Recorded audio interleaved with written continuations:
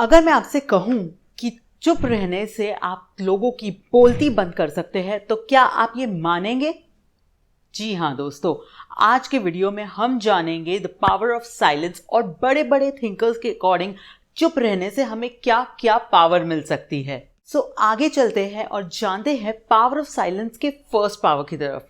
What is it? It is कि आप silent रहने से अपने कॉम्पिटिटर्स से आगे रह सकते हैं। आइए आपको बहुत ही इंटरेस्टिंग बात बताती हूँ। जेफ बेजोस ने जब क्लाउड कंप्यूटिंग का बिजनेस स्टार्ट किया था तो उन्होंने ये बात किसी से शेयर नहीं की थी, क्योंकि वो जानते थे कि अगर ये बात मार्केट में आ गई तो उनके कॉम्पिटिटर्स उन्हें बहुत इजीली कॉपी कर सकते थे। क्योंकि क्लाउड कंप्यूटिंग कोई ब्रांड नहीं है बल्कि टेक्नोलॉजी है और टेक्नोलॉजी को बहुत इजीली कॉपी किया जा सकता है।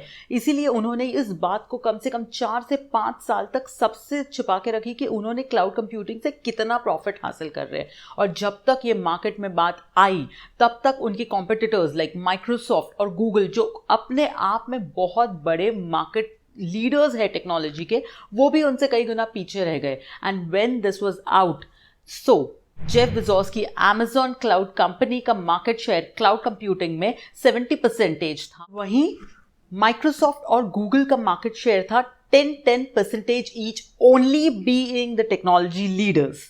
Second point of power of silence को समझना बहुत जरूरी है, क्योंकि वो पॉइंट है कि ज्यादा बोलने से you can put yourself in danger.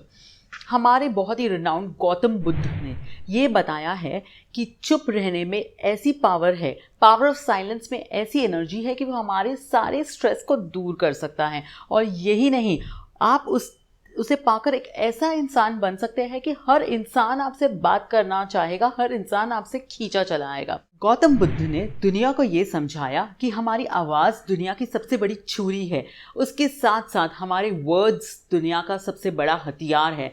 हमारे वर्ड्स हमारे लिए सबसे बड़ी ताकत हो सकते हैं, लेकिन उसके साथ साथ वो हमारी सबसे बड़ी कमज़ोरी भी हो सकती है। इसी बात को और एक्सप्लेन करने के, यानी कि ज़्यादा बोलने से आप कैसे अपने आप को डेंजर में डाल सकते हैं, इस बात को एक्सप्लेन करने के लिए मैं आपको एक बहुत ही बड़ा रियल लाइफ एग्जाम्पल देने वाली हूँ।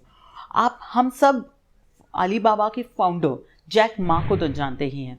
तो जैक मा ने क्या किया, एक बार एक पब्लिक मीटिंग में एक स्पीच देते देते वो बहुत ज़्यादा बोल गए। उन्होंने चाइनीज़ गवर्नमेंट से पंगा ले लिया और उनके बारे में काफ़ी कुछ उल्टा सीधा बोल दिया। और उसके बाद की कहानी तो हम जानते ही हैं कि कैसे जैक मा 2-3 महीने के लिए बिल्कुल गायब हो गए थे।